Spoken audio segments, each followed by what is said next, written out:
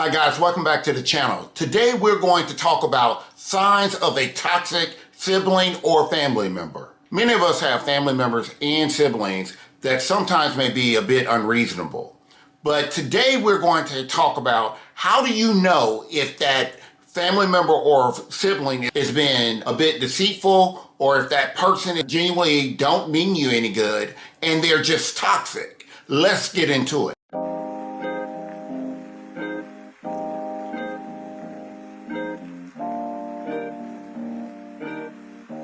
The very first sign would be they never really check on you. They do everything for everyone else, but they really don't call, they don't text, and the only communication you have with them is when you reach out and you engage them. Also, when they only reach out to you when they need something, when they are reaching out to you and every time they reach out, it's always, I need, or I was wondering if you could give me, or can I borrow, when it's never a good morning, how are you doing, I'm just calling to check on you type of encounter, then there's a great likelihood that they are toxic and they don't really want to be involved with you in any capacity other than when you can provide for them. They're never happy to see you. You know, many times when you see your family and your friends, you really have this giddy feeling and you're really excited about seeing them and you can't wait to talk to them, catch up with them, love on them and see what's going on in their lives. But you realize that when you read your sibling or your family member's nonverbals communications, you can tell that they really don't want to be bothered with you or they really don't like you. Although it's really sad to say, it is definitely not uncommon to have this type of discord among family as well as siblings. They only connect with you because of your parents or because of your family ties. If you have a sibling or a family member that only reaches out to you because they are being forced by your parents or by someone else in the family, they really don't want to be bothered with you and they are somewhat toxic. So you definitely want to take heed. Do you really want to have that type of relationship with those people in your immediate circle, bringing that bad energy into your home or interacting with someone with really bad energy?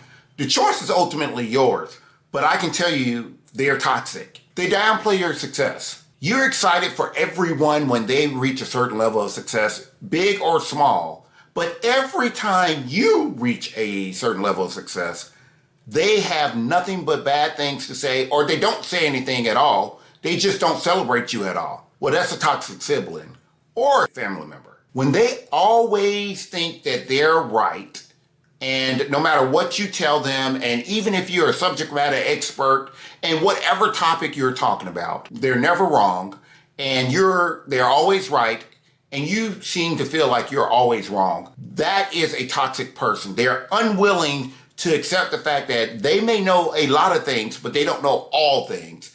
And that is one of those signs of a toxic family member. I know that we all have a certain amount of competition among each other, but when your sibling or family member is always competing with you, they're being toxic. There's a certain degree of competition, which is healthy.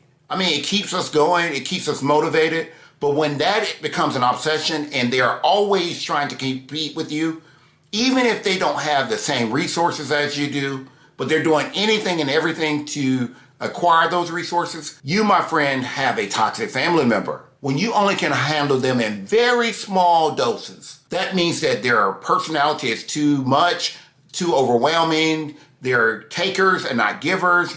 They're not willing to hear you. They're always talking over you. Those are signs of a toxic family member. When they gang up on you collectively, they are unwilling to see it your way. They don't want to interact with you. Not only is that a bad thing, but it's very toxic for any family members or group of family members to always gang up on one family member about something that has nothing to do with everyone, or about something that they may be misinformed about. That is not good, it's unhealthy, and it's very toxic. You feel anxious around it. All of your family and friends, you should feel very comfortable around.